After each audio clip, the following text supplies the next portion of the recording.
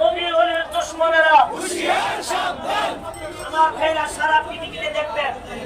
আবু জাহেলের কোনো মাজার নাই, ফেরাউনের কোনো মাজার নাই, সাজ্জাদের কোনো মাজার নাই, নমরুদের কোনো মাজার মাজার আছে আমার দয়াল নবী ঠিক মাজার আছে আউলিয়া কেরামের ঠিক মাজার আছে ইমাম আবু হানিফা রাহমাতুল্লাহ ঠিক ঠিক মাজার আছে গাউসে পাখে মাজার আছে খাজা খলিফে নওয়াজ মাজার আছে খাজা বাহাউদ্দিন নকশবন্দি মাজার আছে মুজাদ্দিদ আল-হাসানি মাজার আছে বাবা গুলাব শাহ রাহমাতুল্লাহ এই গুলাব শাহ রাহমাতুল্লাহ মাজার দেখেন এরশাদ সরকারের সময় মসজিদ এখান থেকে স্থানান্তর হয়েছে সেই গুলাব শাহ বাবা